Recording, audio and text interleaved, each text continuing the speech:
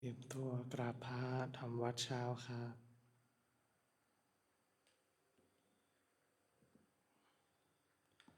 ทั้งหมดกราบพระพร้อมกันครับกราบ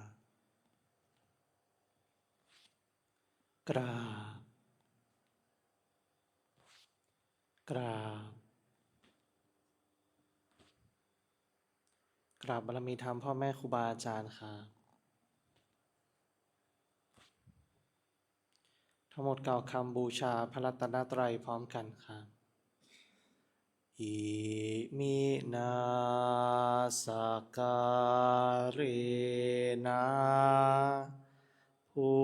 ทธังอภิปูชยามะอิมินาสการนะธัมมังอภิปูชยามะอิมินาสการนะสังฆังอภิปูชยามะอะระหังสัมมาสัมพุทโธภควาพุทธังภวันตังอภิวาเทมิสวากขาโตภควตาธัมโมธัมมังนามัสสามิสุปฏิปันโนภควโตสาวกสังโฆสังฆังนะมามิหันธรรมยังพุทธัสสะภะคะวะโตปุพพาคณามะการังกะโรมะเซนะโมตัสสะภะคะวะโตอะระหะโตสัมมาสัมพุทธัสสะนะโมตัสสะภะคะวะโตอะระหะโตสัมมาสัมพุทธัสสะนะโมตัสสะภะคะวะโตอะระหะโตสัมมาสัมพุทธัสสะพุทธังสารนังคัจฉามิธัมมังสารนังคัจฉามิสังฆังสารนังคัจฉามิทุติยมปิพุทธังสารนังคัจฉามิทุติยมปิธัมมังสารนังคัจฉามิทุติยมปิสังฆังสารนังคัจฉามิตติยมปิพุทธังสารนังคัจฉามิตติยมปิธัมมังสารนังคัจฉามิตติยมปิสังฆังสารนังคัจฉามิเปิดหนังสือไปหน้าที่12หันธรรมยังปฏิจจสมุปาทธรรมเมสุอิทัปปัจจยตาทิธรรมปะทังพนามาเสอิทาภิกขเวอริยสาวโกปฏิจจสมุปาทันเยวะสาธุกังโยนิโสมานาสิกโรติภิกษุทางหลาย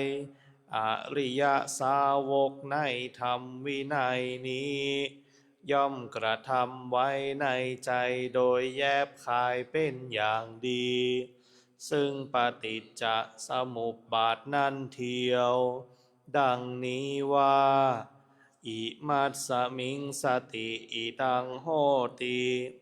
เมื่อสิ่งนี้มีสิ่งนี้ย่อมมีอิมัสสุปาทาอิทังอุปัชชติเพราะความเกิดขึ้นแห่งสิ่งนี้สิ่งนี้จึงเกิดขึ้นอิมัสสมิงอสติอิตังนะโหติเมื่อสิ่งนี้ไม่มีสิ่งนี้ย่อมไม่มีอิมัสสะนิโรธาอิทังนิรุชชาติเพราะความดับไปแห่งสิ่งนี้สิ่งนี้จึงดับไปยะทิทังได้แก่สิ่งเหล่านี้คืออวิชชาปัจจยาสังขาราเพราะมีอวิชชาเป็นปัจจัยจึงมีสังขารทั้งหลายสังขาราปัจจยาวิญญาณังเพราะมีสังขารเป็นปัจจัยจึงมีวิญญาณวิญญาณปัจจยานามรูปัง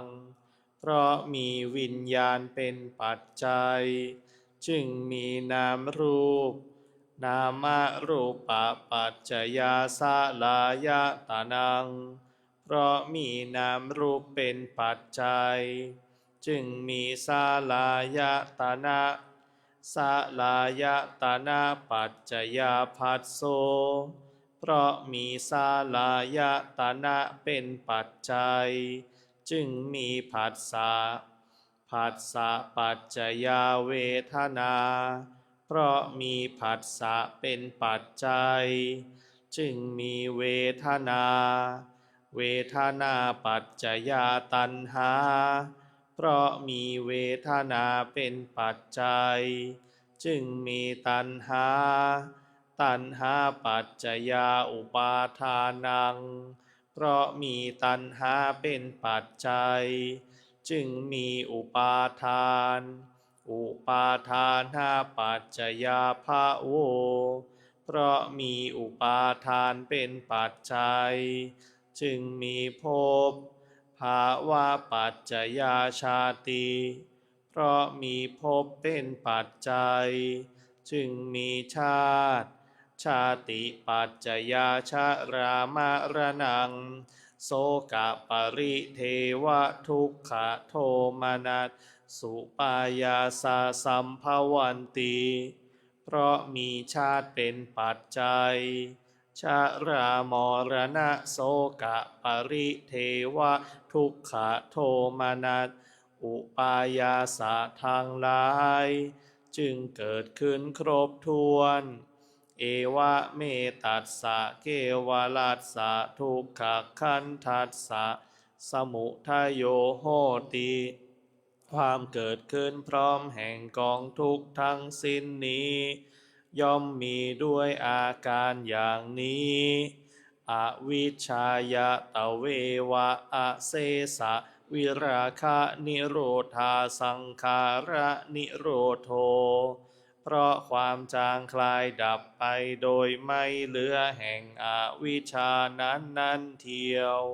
จึงมีความดับแห่งสังขารสังขาระนิโรธาวิญญาณนิโรโธเพราะมีความดับแห่งสังขารจึงมีความดับแห่งวิญญาณวิญญาณนิโรธานามรูปะนิโรโธ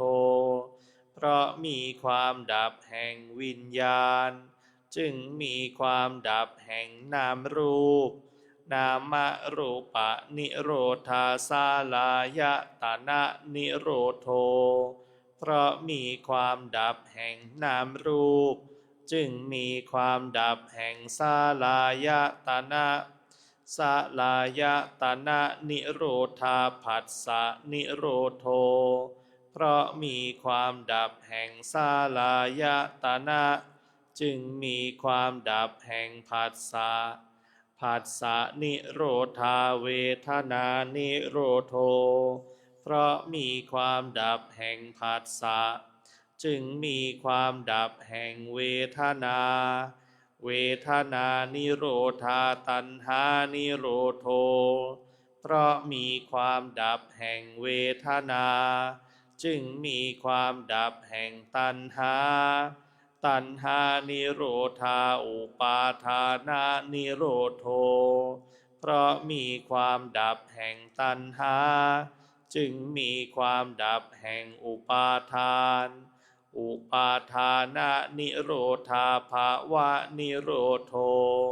เพราะมีความดับแห่งอุปาทาน จึงมีความดับแห่งภพ ภาวะนิโรธาชาตินิโรโธเพราะมีความดับแห่งภพ จึงมีความดับแห่งชาติ ชาตินิโรธาชรามรณัง